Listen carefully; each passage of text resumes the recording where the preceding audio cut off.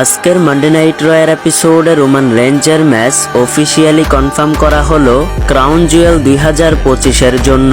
তবে আমার মতে এই বছরের ক্রাউন জুয়েলে রোমান রেঞ্জের যেই ম্যাচটি অনুষ্ঠিত করা হচ্ছে, এই ম্যাচটি খুবই হতাশাজনক আমার জন্য, আপনার জন্য, এমনকি রোমান রেঞ্জের জন্য।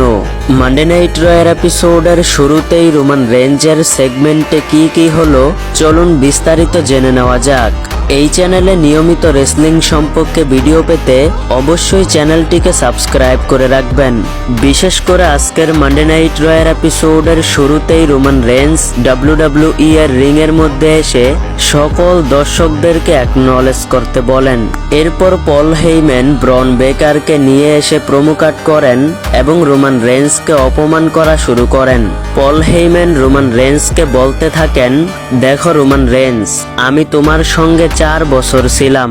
সেই সময় কোন রেসলার তোমাকে ভয়ঙ্কর আক্রমণ করে স্ট্রেচারে উঠাতে পারেনি, কিন্তু ব্রন বেকারই একমাত্র রেসলার গত 4 বছরের মধ্যে এই প্রথম তোমাকে ভয়ঙ্কর আক্রমণ করে স্ট্রেচারে করে হসপিটালে পাঠিয়ে দিয়েছে।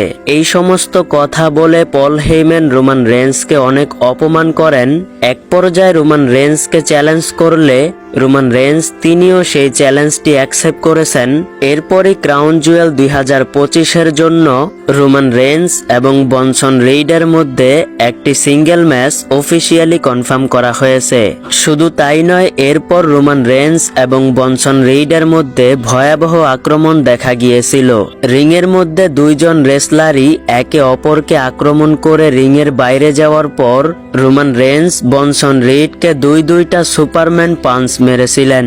তবে যাই হোক, এরপর সিকিউরিটি গার্ড তাদের আক্রমণ থামিয়ে দিয়েছিল। ভিডিওটি ভালো লাগলে অবশ্যই একটি লাইক। এই চ্যানেলে নিয়মিত রেসলিং সম্পর্কে ভিডিও পেতে অবশ্যই চ্যানেলটিকে সাবস্ক্রাইব করে পাশেই থাকবেন। ধন্যবাদ।